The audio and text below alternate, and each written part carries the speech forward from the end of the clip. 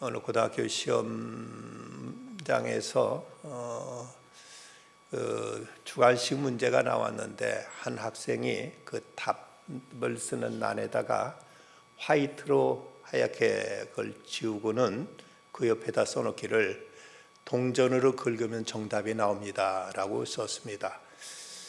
교무실에서 선생님이 그것을 보고는 옆에 선생님한테 보고 이거 좀 보라고. 그 옆에 선생님도 뻥 터졌습니다.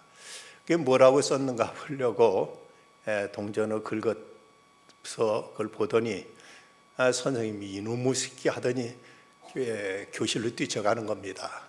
옆에 선생님이 그 정답 그 답안지 쓴 것을 보았더니 거기다 써놓기를 꽝. 그 다음에 다음 기회에라고 그렇게 써놨더라는 것이죠. 때로 시험이 학생들한테는 시험 들게 할 때가 있습니다. 여기서 시험이라는 말이 때로는 여러 가지 의미로 쓰여지고 특별히 성경에서는 시험에 대한 여러 가지 몇 가지 용례가 나옵니다.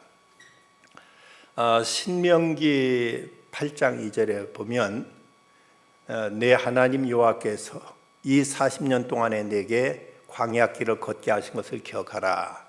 이는 너를 낮추시며 너를 시험하사 내 마음이 어떠한지 그 명령을 지키는지 지키지 않는지를 알리하심이라. 여기서 너를 시험하사라는 말씀이 이제 신명기 8장 2절에 나오는데 여기서 너를 시험한다는 말씀은 그냥 영어로 테스트, 그를 이제 살펴본다, 그를 이제 어느 정도인가 테스트해 본다는 이런 뜻으로 쓰여지고 있습니다.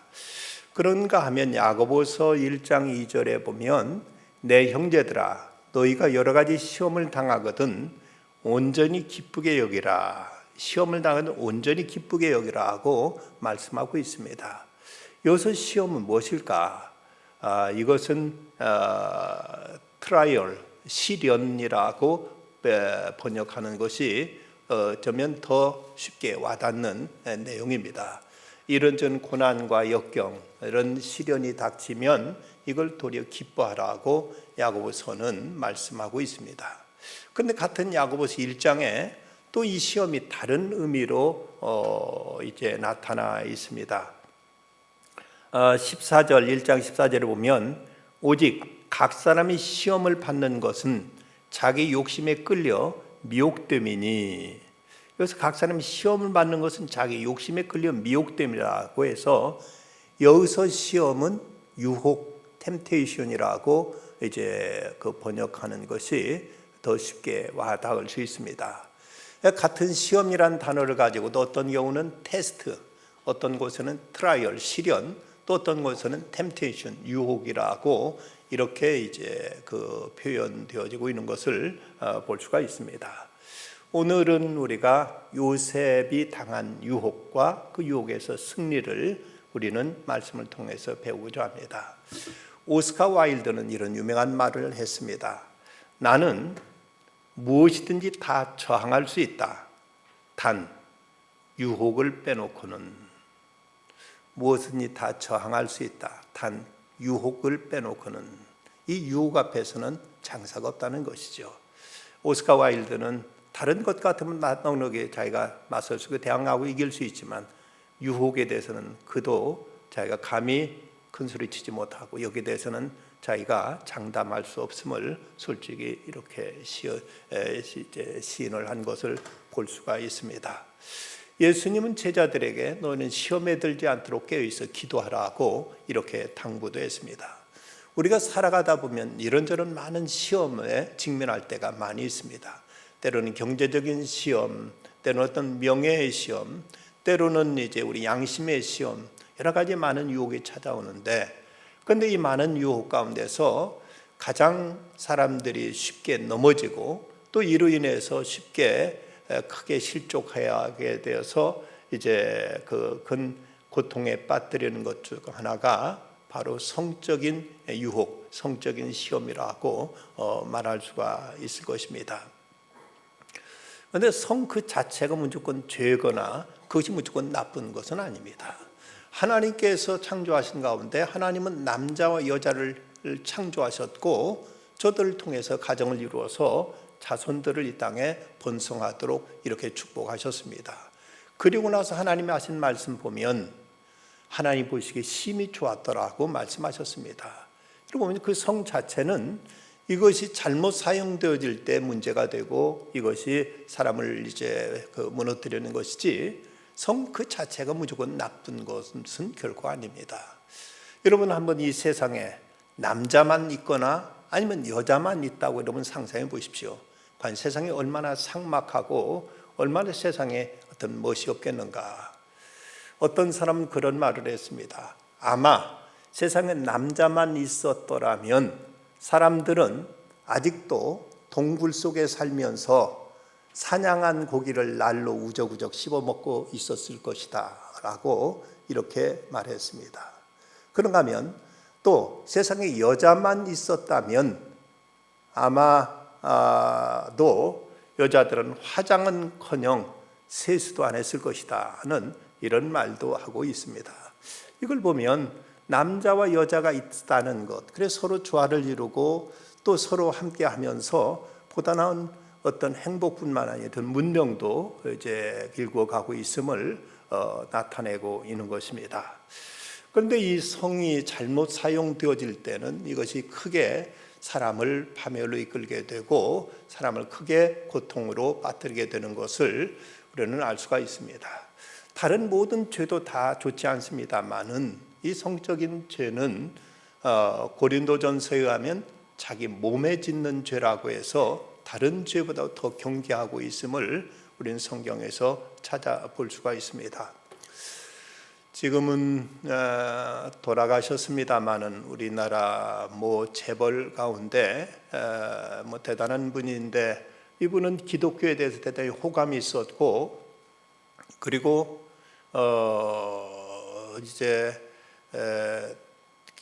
기독교 군선교에도 이분이 자기가 교회도 나타나지 않으면서 제가 군대에 있을 때 보니까 군인 교회에 비치되어 있던 찬송가의 뒷면에 이 찬송가는 아무개 선생님이 기증한 것입니다라고 이렇게 이제 적혀 있는 것을 보았습니다.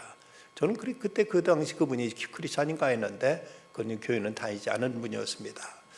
언젠가 어느 자리에서 어느 목사님이 그분 곁에 앉게 돼서 회장님 교회 좀 나오시지요.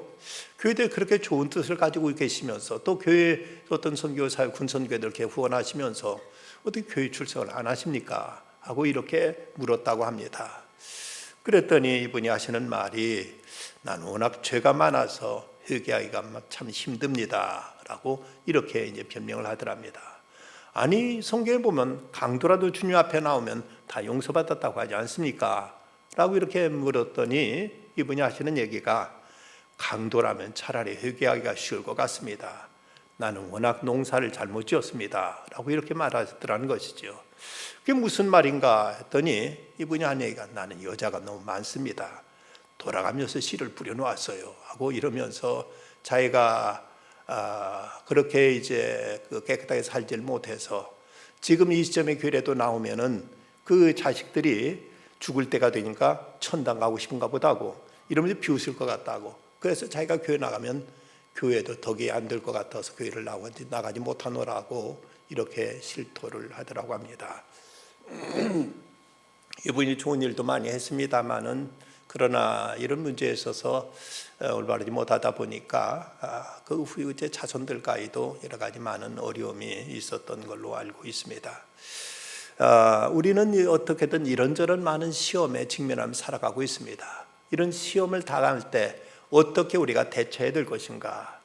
먼저는 우리가 그 시험의 궁극적인 결과가 어떻게 될 것인가를 우리는 받아보아야 됩니다. 이 시험에 실패했을 경우, 넘어졌을 경우 어떻게 되는 것인가 하는 것을 우리는 직시해야 된다는 것이죠. 야고보서 1장 15절 말씀, 욕심이 잉태한 즉 죄를 낳고 죄가 창성한 즉 사망을 낳는다고 말씀하고 있습니다. 이것이 잘못될 경우, 이것이 제가 장성할 경우 심지어 사망에 이른다는 이런 무서운 말씀을 우리는 직시해야만 됩니다. 히브리서 11장은 모세에 대해서 이렇게 말씀하고 있습니다. 믿음을 모세는 장성하여 바로의 공주의 아들이라 칭함을 거절하고 도리어 하나님의 백성과 함께 고난받기를 잠시 죄악의 낙을 누리는 것보다 더 좋아했다고 말씀합니다. 분명 죄에는 어떤 낙이 있습니다. 짜릿한 어떤 쾌감이 있고 어떤 서스펜스한 나름대로의 어떤 이제 스릴과 모험이 있지만, 그러나 성경이 증거하는 대로 그것은 잠시라고 기록하고 있습니다. 그러기에 그 결과가 어떠할 것을 내다본다면 우리가 이런 일에 쉽게 빠져들면 안 된다고 성경 경고하고 있습니다. 야고보서 1장 14절에 보면 오직 각 사람이 시험을 받는 것은 자기 욕심에 끌려 미혹됨이라고 말씀하고 있는데, 여기 욕심에 끌린다는 말은 그 낚시꾼이 고기를 잡으려 미끼를 건 이 낚시에 비유되고 있습니다. 낚시에는 낚싯밥이 있어서 그거 먹으면 아주 이제 달콤하고 생각해서 물고기에 덥석 물었다가 그것에 의해서 이제 그만 잡혀 버리고 마는, 이것을 생각해야 되는 것이죠. 원숭이 잡는 법은 그 코코넛 껍질에 구멍을 조그맣게 뚫어놓고 코코넛 껍질을 이제 나무에다가 끈을 묶어놓고 그 통 안에다가 코코넛 이제 열매 그 껍질 속에다가 원숭이가 좋아하는 먹이를 넣어놓으면은 원숭이라는 놈이 그 먹이를 이제 주워 먹으려고 손을 집어넣었다가 손이 들어갈 때는 그냥 이제 들어가는데 거기 먹이를 움켜쥐고 나면 이것을 이제 그 손을 놓지 않기 때문에 빼지 못하고 끝내 이제 사냥꾼한테 잡혀버리고 만다고 합니다. 이것처럼 이런 미끼가 바로 이제 우리를 미혹시키는 하나의 이런 이제 덫이 때문에 이런데 이제 빠지지 않도록 해야 된다고 하는 사실을 우리가 직시해야 된다는 것이죠. 그런가 하면 시험에 빠졌을 때 자기 잘못을 시인하고 변명하지 말아야 됩니다. 죄송합니다. 다윗은 밧세바와의 그 죄를 짓고 나서 이것이 나단 선지자에게 책망을 받았을 때 그는 한마디도 변명하지 않았습니다. 우리가 그 정황을 보면은 아무래도 밧세바가 다윗을 유혹한 듯 싶습니다. 왕이 저녁 무렵에 왕궁 옥상을 거니는 모습을 뻔히 보면서 이걸 알면서 눈에 띌 만한 곳에서 여인이 옷을 벗고 목욕했다는 것은 의도적이 아니었는가 하는 이런 생각을 갖게 됩니다. 그런데 어쨌든 다윗은 여기에 이런 반구도 이제 그는 말하지 않고 내가 죽일 놈입니다. 나는 죄 가운데 태어났습니다. 내가 잘못했습니다 하고 철저하게 자기 죄로 돌렸지 한마디도 누구를 탓하거나 누구에게 책임을 전가하지 않고 자기 죄로 이렇게 고백하고 시인하는 모습을 보이고 있습니다. 우리는 불평과 어떤 원망도 하지 말아야 됩니다. 그저 내 잘못임을 시인하고 하나님의 하시는 일에 대해서 의로우심을 고백할 수 있어야 됩니다. 내가 억울하다든지 내가 이제 속았다든지 하는 이런 구간 변명은 적어도 하나님 앞에는 통하지 않습니다.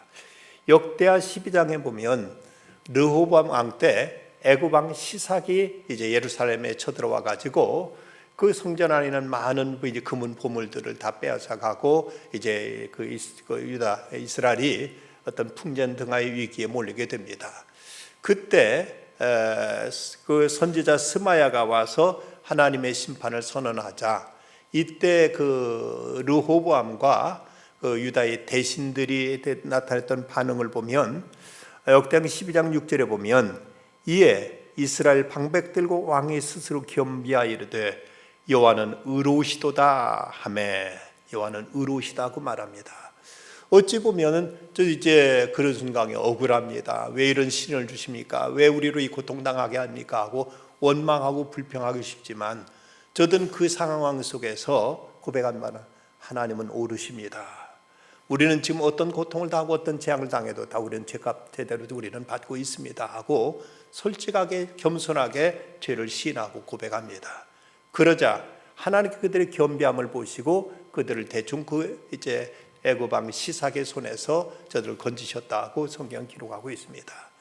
어떤 경우에도 구간 변명이나 어떤 불평이나 원망을 하지 말아야 될 것입니다. 그런가 하면 우리는 담대하게 단호하게 이제 이런 문제에 대처해야 됩니다.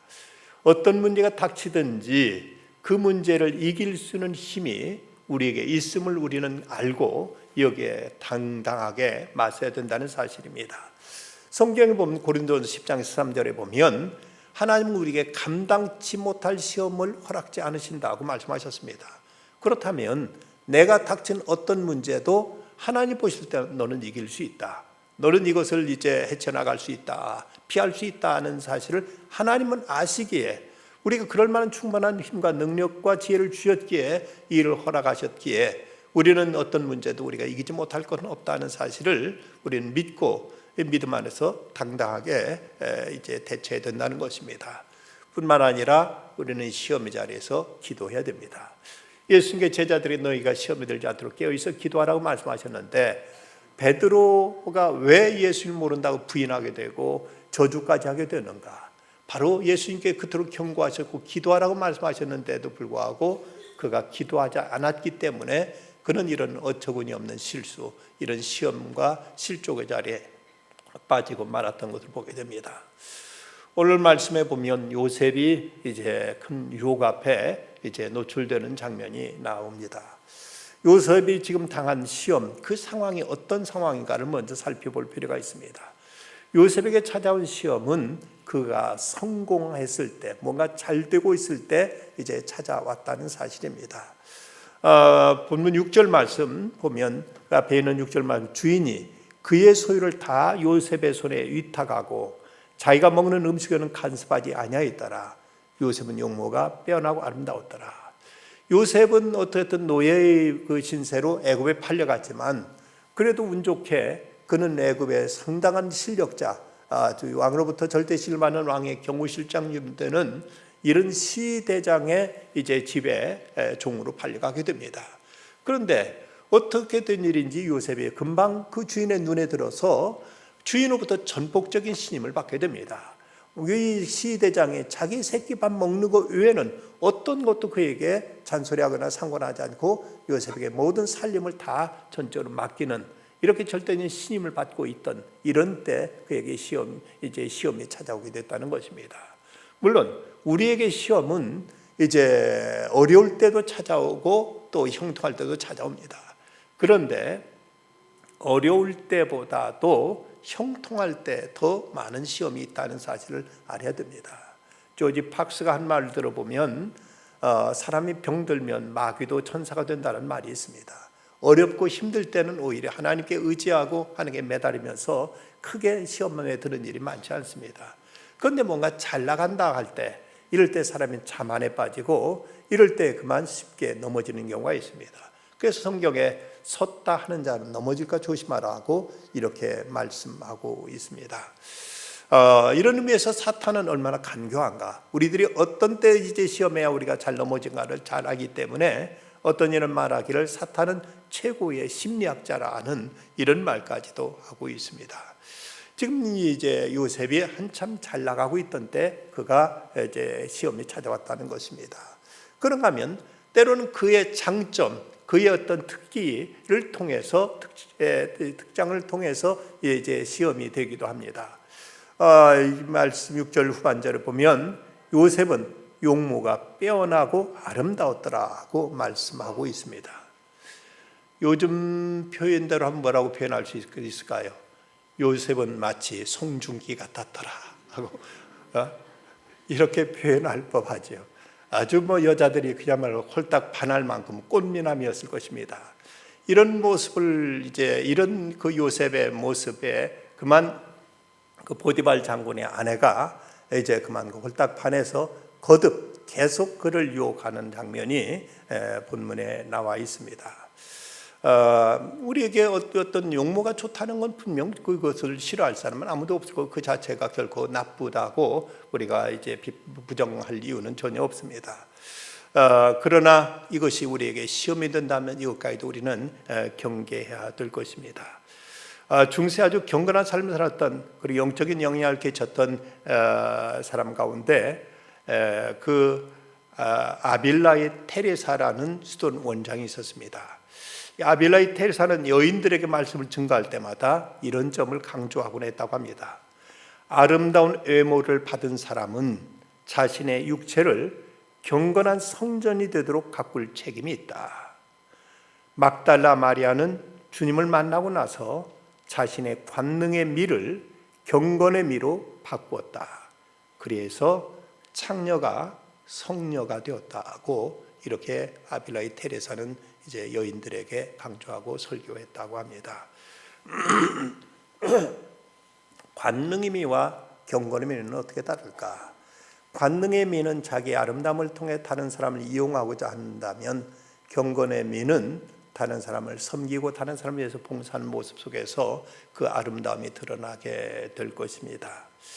마더 테레사 보면 그 사람의 얼굴 자체가 아름다운 것은 아닙니다. 결국 미모의 여성은 아님에도 불구하고 그에게 깃든 그 거룩한 모습, 그 깨끗하고 경건한 모습은 참으로 많은 사람에게 흠모의 대상이 되고 있습니다. 성경에 보면 고운 것도 거짓되고 아름다운 것도 헛되나 오직 여호와를 경외하는 여자는 칭찬을 받을 것이라고 잠언서 31장 30절은 말씀하고 있습니다. 관능의 미로서 어떤 이 시대의 대표적인 여성을 꼽는다면 아마도 마릴린 먼로를 꼽을지 않을까 생각됩니다. 그런데 이 마릴린 먼로와 같은 시대 그 배우로 이제 데뷔했던 여자가 있습니다. 그 여자는 클린 타운센트라는 여성입니다. 두 사람이 음악의 스타로 이제 나섰을 때 이 클린 타운센트는 그때 예수 그리스도를 영접하고 선교사인 목사님과 결혼해서 선교 사역에 헌신하게 됩니다. 그러나 마릴린 먼로는 음악의 스타로서 세계 문남성의 사랑의 공세를 받으면서 이제 스타 중에 스타로 떠오르게 됩니다. 그런데 오랜 후에 어느 날 그 먼로가 타운센트를 만났을 때 이런 말을 했다고 합니다. 우리가 영화 배우가 되기로 했을 때 나는 결심했지.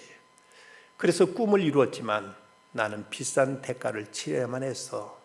나는 지금 이 세상 가장 비참하고 불쌍한 사람이야.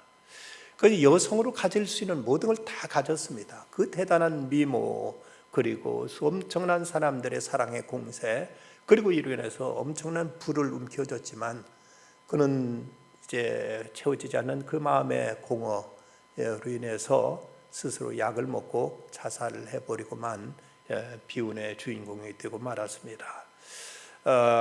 이제 요셉은 그 용모가 빼어났고 아름다웠던 것이 그에게 시험이 되었습니다. 그런 뿐만 아니라 그가 홀로 있을 때 또 이런 시험이 찾아왔습니다. 11절 말씀, 그럴 때 요셉이 그 일을 하러 그 집에 들어갔더니 그 집 사람들은 하나도 거기 없었더라고 기록하고 있습니다. 당시 요셉의 나이를 성서학자들은 약 28살쯤 됐을 것으로 이렇게 추정하고 있습니다. 한참 그야말로 피 끓는 청년, 젊은 나이였던 것입니다. 그것도 외국에서 홀로 떨어져 있습니다. 그 주변에 가족들이 있거나 아는 사람들이 많다면 그들의 어떤 체면 때문에도 이제 자기 자신을 지키고 관리했을 텐데, 그는 지금 이제 그 가족과는 완전히 동떨어져서 외국에 지금 노예로 있다가 거기서 신임 받아가지고 지금 한참 잘 나가고 있을 때, 근데 마침 자기가 그 보디발 장군의 집에 들어갔더니 그날따라 하인들 아무도 없고 그 보디발 장군의 아내만 있는 이때 그에게 이런 유혹이 찾아오게 된 것입니다. 아무도 보는 사람이 없었기에 더 마음이 흔들렸을 법하고 더 그는 넘어가기가 쉬웠을 것입니다. 그런데 이런 유혹 가운데 유혹에 처했지만 이때 그 요셉은 어떻게 이 유혹을 그는 극복하고 이겨낼 수 있었는가? 먼저는 단호하게 이 문제에 대처하는 모습을 보이고 있습니다. 8절 말씀을 보면 요셉이 거절하며 자기 주인의 아내에게 이르되 내 주인 집안의 모든 소유를 간섭하지 아니하고 다 내 손에 위탁했습니다. 그런데 유일하게 손 못대게 한 건 당신밖에 없습니다. 내가 어찌 그럴 수 있습니까? 하고 여기에 단연코 거부하고 있는 모습을 보이고 있습니다. 아빌레이 테레사 동시대를 살았던 십자가의 성 요한이라는 이제 그 역성가는 그는 지금까지도 그리스도인의 영성을 연구한 사람이 깊이 기억되는 분인데 그분 누군가 그에게 유혹을 물리치는 비결이 뭡니까? 라고 묻자 그는 이렇게 대답했습니다. 첫째, say no라고 말해라. 아니라고 말해라. 두 번째도 say no. 세 번째도 say no라고 말해라 하고 단호하게 거절하라고 이 십자가의 성 요한은 이렇게 이제 가르쳤다고 합니다. 여기서 또 이제 그 요셉은 도덕적인 기준을 분명히 했습니다. 이 집에는 나보다 큰 이가 없으며 주인이 아무것도 내게 금하지 아니하였어도 금한 것은 당신뿐이니 당신은 그의 아내임이라. 그럼 내가 어찌 큰 악을 행하여 하나님께 죄를 지으리까? 여기서 악이란 말과 죄라는 말을 분명히 언급하면서 이건 악입니다. 이건 죄입니다라고 여기서 분명하게 선언하고 있는 모습을 보이고 있습니다.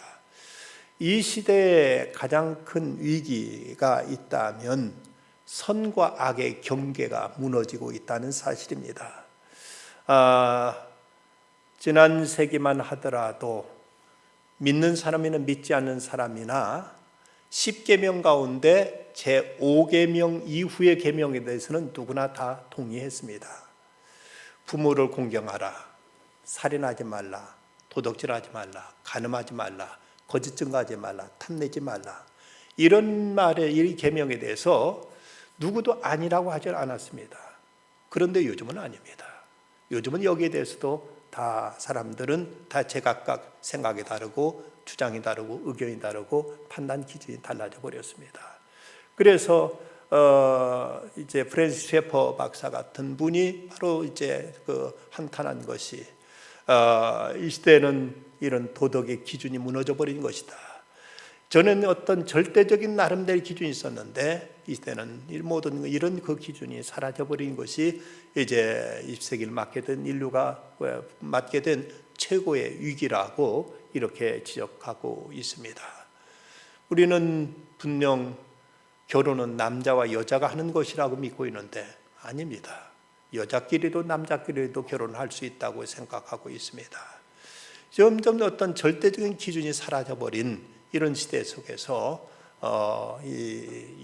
요셉은 그 당시 그 애굽만 해도 성적인 모랄이 얼마나 무너졌는지 바로 이제 보디발 장군의 아내가 이렇게 노골적으로 이렇게 이제 계속 이제 요셉을 유혹하고 있는 걸 보면 그 당시 어떠했는가를 우리가 알 수 있는 한 모습입니다. 그러면 요셉은 여기에 대해서 단연코 이제 일은 아니라고 이렇게 선언하고 있습니다. 뿐만 아니라 그는 요셉은 하나님의 임재를 의식하고 있었습니다. 11절 말씀 보면 그 집 사람들은 하나도 거기에 없었더라고 했는데 그런데 그 앞에 있는 9절에 보면 내가 어찌 큰 악을 행하여 하나님께 죄를 지으리까 하고 말하고 있습니다. 분명 사람들은 없었지만 그 요셉은 하나님은 계신다, 하나님은 보신다, 하나님은 아신다는 소위 신전의식, 코람데오, 하나님 앞에서라는 그 유명한 깔뱅의 그 경건의 모토였던 신전의식이 요셉에게 있었던 것입니다. 무엇보다 요셉이 이 유혹을 이제 물리칠 수 있었던 것은 그는 그 장소를 피했다는 것입니다. 12절 말씀, 그 여인이 그 옷을 잡고 이르되 나와 동침하자. 그러나 요셉이 자기 옷을 그 여인의 손에 버려두고 밖으로 나가매. 이 도망가는 모습은 비겁한 것이 아니라 오히려 이제 담대한 것이고 그것은 참으로 용기 있는 그 처신이었습니다. 요셉은 이런 의식을 가지고 있었던 것을 이제 10절에서도 볼 수 있는데 10절 여인 날마다 요셉에게 청하였으나 요셉이 듣지 아니하며 동침하지 아니할 뿐더러 함께 있지도 아니하니라. 유혹이 받을 만한 장소와 이런 상황을 거부하고 이것을 이제 피했던 것을 우리가 알 수가 있습니다. 성 어거스틴의 참회록에 보면 그가 아직 회심하기 전에 나름대로 그도 이제 어머니 영향으로 종교던 기독교적인 어떤 영향을 받았고, 그런 어렸을 때 그런 분위기에 자라서 나름대로 하나님을 의식은 하고 나름대로 형식적이긴 하지만 그런 또 기도도 드렸다고 합니다.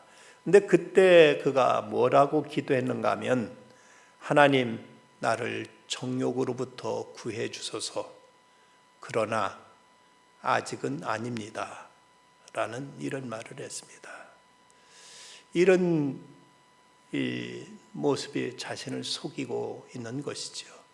누구나 어떤 이제 잘못된 것에 대해서는 잘못인 줄은 알지만 아직은 아닙니다라는 이런 생각 속에서 이제 이런 유혹에 이제 발을 담그고자 하는 이런 그 악한 이런 그 거짓된 심사가 사람들에게 내재되어 있는 것입니다.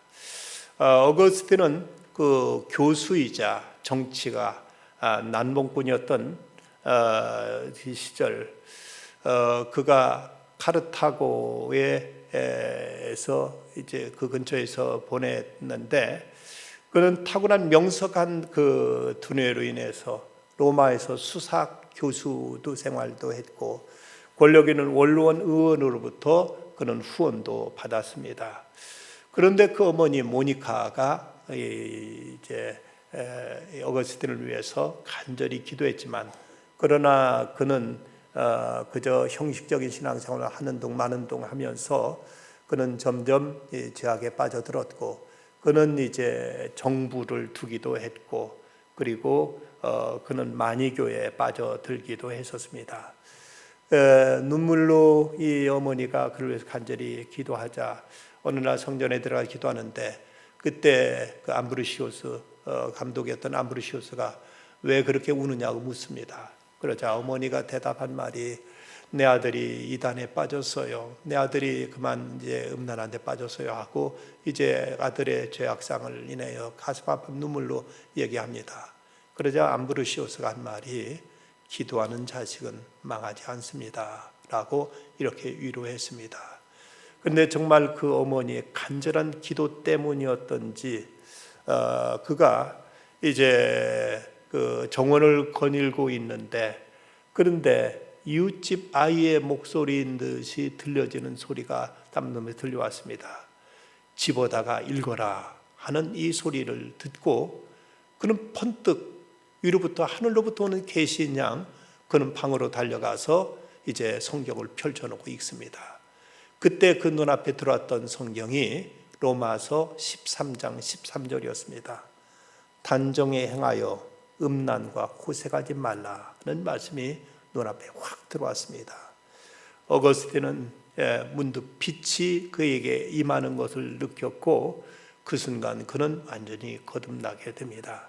죄가 아닌 그리스도 옷을 입기로 결심하고, 그는 이제 387년 부활절 암브로시오스에게서 세례를 받습니다.